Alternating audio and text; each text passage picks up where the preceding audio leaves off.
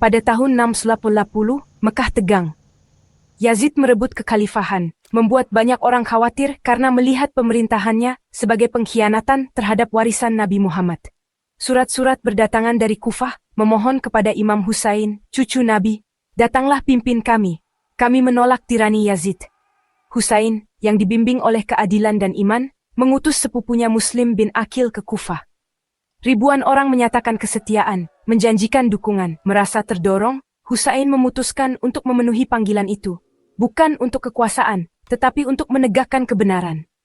Dia mengumpulkan keluarganya dan sekelompok kecil sahabat setia. Mereka meninggalkan Mekah, bukan sebagai pasukan, tetapi sebagai kafilah iman. Perjalanan melintasi gurun sangat berat, tetapi tekad mereka tak tergoyahkan.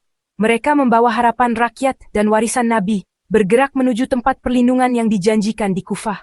Namun, saat mereka melakukan perjalanan, angin kesetiaan di Kufah mulai berubah. Misi Husain jelas untuk melawan ketidakadilan, bahkan jika jalan itu mengarah ke kegelapan. Nasib keluarganya dan masa depan agamanya kini dipertaruhkan. Setiap langkah maju adalah sikap untuk prinsip, bukan penaklukan. Perjalanan ke Kufah akan mengubah sejarah selamanya. Di Kufah, harapan berubah menjadi ketakutan. Gubernur baru Yazid Ibnu Ziyad menghancurkan dukungan untuk Husain dengan teror dan kekerasan. Muslim bin Aqil dieksekusi, janji-janji Kufah lenyap. Tanpa menyadarinya, kafilah Husain terus maju, sampai pasukan Yazid mencegat mereka, memaksa mereka ke dataran tandus Karbala. Dikelilingi oleh ribuan orang, kelompok Husain, hanya 72 orang, mendirikan kemah. Pengepungan dimulai, air diputus, dahaga menyiksa anak-anak dan keluarga. Komandan Yazid menuntut kesetiaan Husain atau kematian. Husain menolak menyerah. Dia memilih dahaga dan penderitaan daripada menyerah pada tirani. Pertarungan itu tidak pernah adil, tetapi ujian keyakinan.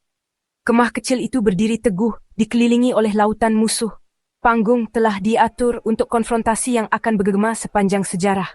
Karbala menjadi tempat di mana iman akan menghadapi kekuasaan. Pada Asyura, hari ke-10, pembantaian dimulai.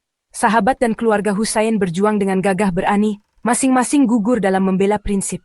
Abbas, saudara Husain, meninggal saat mencoba membawa air untuk anak-anak. Bahkan putra bayi Husain terbunuh oleh panah saat Husain memohon belas kasihan. Satu persatu, semuanya terbunuh. Husain, terluka dan sendirian melakukan perlawanan terakhirnya. Dia dipukul jatuh, tubuhnya diinjak-injak, kepalanya diangkat di atas tombak. Para wanita dan anak-anak ditawan. Tenda-tenda mereka dibakar. Tragedi itu selesai, tetapi pengorbanan Husain tidak sia-sia.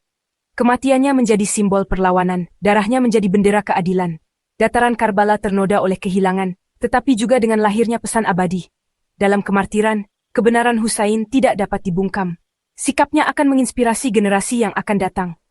Karbala bukanlah akhir, tetapi awal dari sebuah gerakan. Pengorbanan Husain menjadi simbol abadi perlawanan terhadap penindasan. Saudari Husain, Zainab, yang ditawan, berbicara dengan berani, mengungkap kekejaman Yazid dan mengubah kekalahan menjadi kemenangan moral. Setiap tahun, jutaan orang berduka dan mengingat, memperbarui komitmen mereka terhadap keadilan.